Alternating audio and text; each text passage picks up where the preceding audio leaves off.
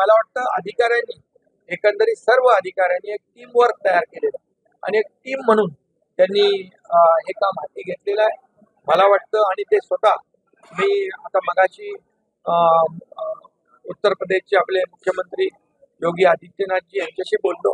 ही team देखील 18-19 तारखेला प्रयागराजला जाईल, तिथली सगळी सिस्टीम बघेल, प्रत्यक्ष डोळ्यांनी त्या ठिकाणी जशी सिस्टीम लावलंय, नियोजन लावलेलं आहे ते देखील पाहिजे, त्याचा देखील फायदा इकडे होईल आणि तशा प्रकारची देखील व्यवस्था केली. बाई पण आपल्याकडे एवढा सिंहस्थाचा मोठा कार्यक्रम असताना पालकमंत्री अद्यापही आलेले नाहीये, त्याच्यामुळे अडचणी येत आहेत.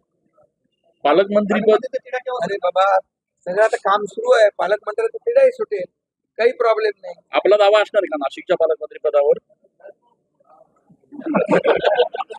दादांना विचारलं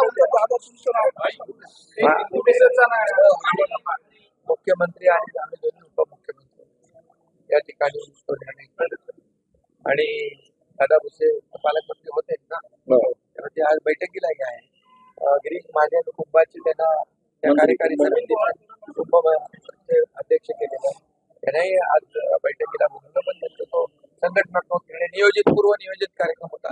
माझं हे नाशिकचा दौरा होता म्हणून आपण आढावा बैठक घेतली, परंतु या आढावा बैठकीमध्ये आणि आभार दौरा आहे, त्यासाठी आढावा बैठकीमधून बरंचसं काही आपल्याला काही निर्णय जे आहेत हे फटाफट घेता येत. त्यामुळे ही आजची बैठक देखील फ्रुटफुल झाले. मुख्यमंत्री महोदय आणि आपले अर्थमंत्री उपमुख्यमंत्री अजितदादा यांच्याशी बोलून यामध्ये जेवढं आपल्याला युद्ध पातळीवर पुढे जाता येईल तेवढं आम्ही जाऊ. महाराष्ट्रातील सर्व बातम्यांचे विश्वासार्ह व्यासपीठ सकाळच्या सर्व सोशल मीडिया प्लॅटफॉर्मला लाईक, फॉलो आणि सबस्क्राईब करा. तसंच सर्व नोटिफिकेशनसाठी बेल आयकॉन प्रेस करायला विसरू नका.